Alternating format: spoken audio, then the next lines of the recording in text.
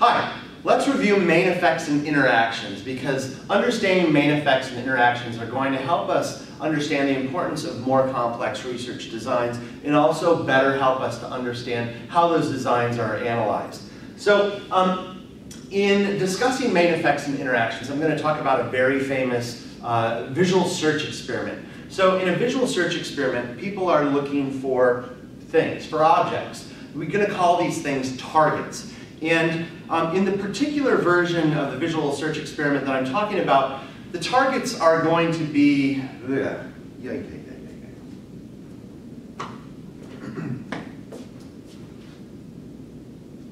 Hi, let's review main effects and interactions. Reviewing main effects and interactions will better help us understand how more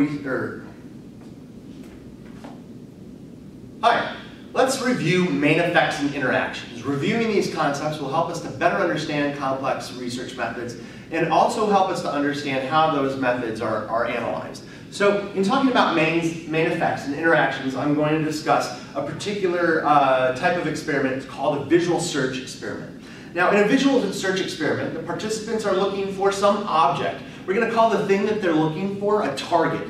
So in real life, the targets of our searches oftentimes vary, right? One moment we're looking for our car keys, another moment we're looking for our cell phone, we may be looking for sriracha in the fridge. There are lots of things that we can search for. Now, the things that we're looking for, the targets, they're defined by various features. Imagine that we're looking for ketchup in the refrigerator. The ketchup, it's, about yay big perhaps, and it's red. So size is one feature. Color is another feature. Whether something is made up primarily of, well, not primarily, but whether something has a line in it. Lines are features. Curves are features. So the experiment that we're going to talk about, the visual search experiment, the targets that our participants are going to be looking for are going to be red X's. So red X's, we can think about these as being made up of basically two features. There's a feature red, and there's also the line feature, and even possibly the intersection feature. So we have X's. Now, just like in the real world when we're looking for our keys or Frank's hot sauce, there are often distractors, right? In the search experiments, there can be distractors too. So the distractors could be things like red circles. A red circle now has the same feature in color, but it doesn't have the line feature. Instead, it has this curve feature.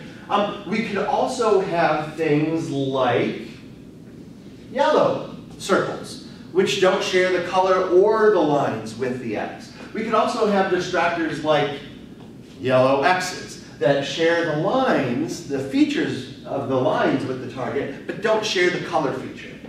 So, as you might expect, in a visual search experiment, oftentimes when people are looking for a red X, if there are more distractors, it's going to take them a bit more time to complete the search. Now this isn't always necessarily true, and let's see why that might be. So remember, you're looking for a red X. See how quickly you can find them. Hopefully, they both just sort of pop out at you. We have two different set sizes. Here we have 6 items in a search display. We have our target, the red X, and then we have distractors. Here we have the target, and we also have the distractors. Now notice, in these search displays, the target differs from all of the distractors on the color feature. This makes this task ridiculously easy to perform, because all you have to do is just hone in on the red thing and you've got it.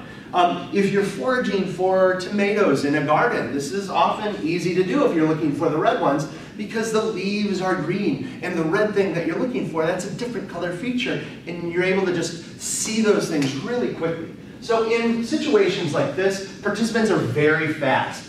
So they often take less than a second to complete these tasks. So let's say they take about 400 milliseconds to find the red X when it's defined by a unique feature when there's 6 items in the display. Interestingly, it really doesn't take any more time with a larger set size when we have a feature or a feature search where the unique feature is based on color. So here it really doesn't matter if we're looking through 6 items or looking through 12 items. So these are feature searches. In a different type of search, the number of items matters a lot more. So again, see how quickly you can find the red X. You probably found them by now. It doesn't really take that long. But if I were doing this in an experiment, I would have you sitting in front of a computer and pressing a button as soon as you found the red X. And what I would find is that you would be slower when the red X, not only does it appear amongst some yellow things, but it also appears amongst some red distractors, right? So here, the red X appears with distractors that share both the line feature and also share the color feature. Same thing over here. In this situation, participants take about 500 milliseconds, which is more time than it takes them to do the feature search with the same number of distractors. So having this type of a search where we're not looking for an object just based on one feature, instead we're looking for an object that's uniquely identified by the conjunction of features, both red and X, it takes us longer. In this situation, now the set size has a very important effect, and here participants take quite a bit longer. So when we were looking just at feature searches, there was really no difference between whether we had a small number of distractors or a large number of distractors. But the number of distractors mattered a lot when we're doing a conjunction search, looking for a target that's based or that's identified by the conjunction of features. So what we're talking about right now is an interaction. So let's plot this interaction.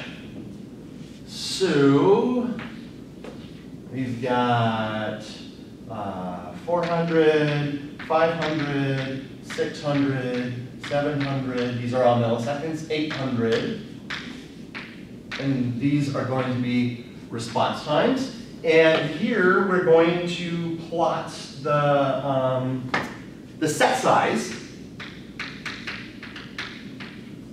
So we either have 6 items in the display or we have 12 items in the display. And for our feature search, so this is feature, participants get about 400 milliseconds regardless of whether they've got 6 or 12 items to search through. And for the conjunction search,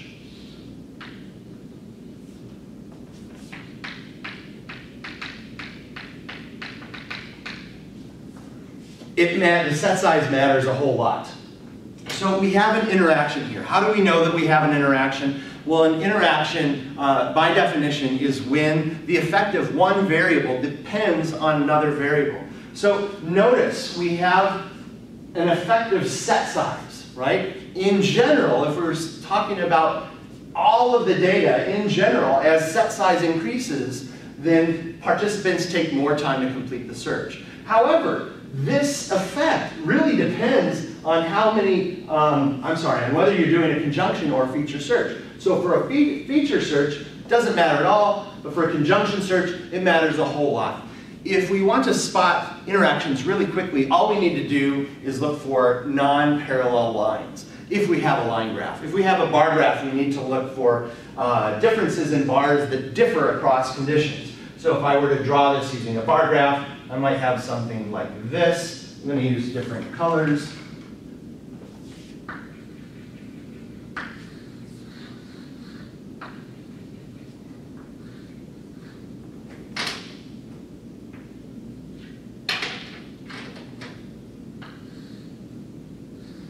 So notice that the difference between these bars is much smaller than the difference between those bars.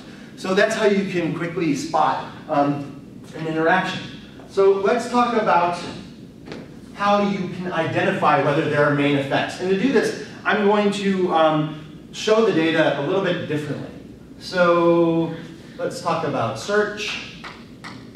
We've got feature searches, and we have conjunction searches. And let's talk about set size. We have 6, and we have 12. For feature searches, we said that it took 400 milliseconds for 6 and 400 for 12. And for our conjunction searches, it took 500 milliseconds for size 6 and 800 for size 12.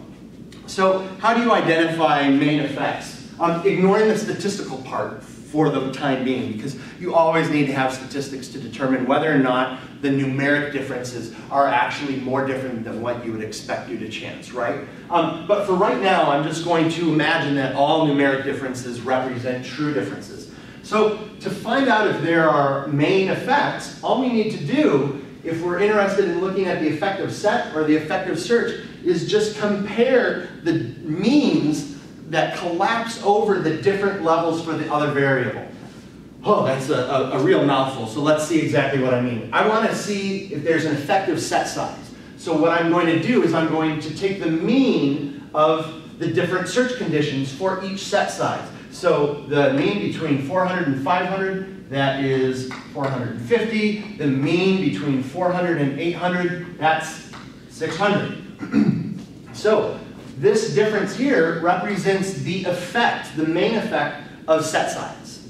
And we can see the effect of set size by similarly collapsing over the different types of searches. So for set size 6, we're going to take the mean of both set size 6 conditions. So the mean is right there at about, well, 450, where it should be. And the mean between these two, that's at about right there, which is, yep, that's 600. So we can do this either visually. I prefer the visual way of doing this, but some students prefer that.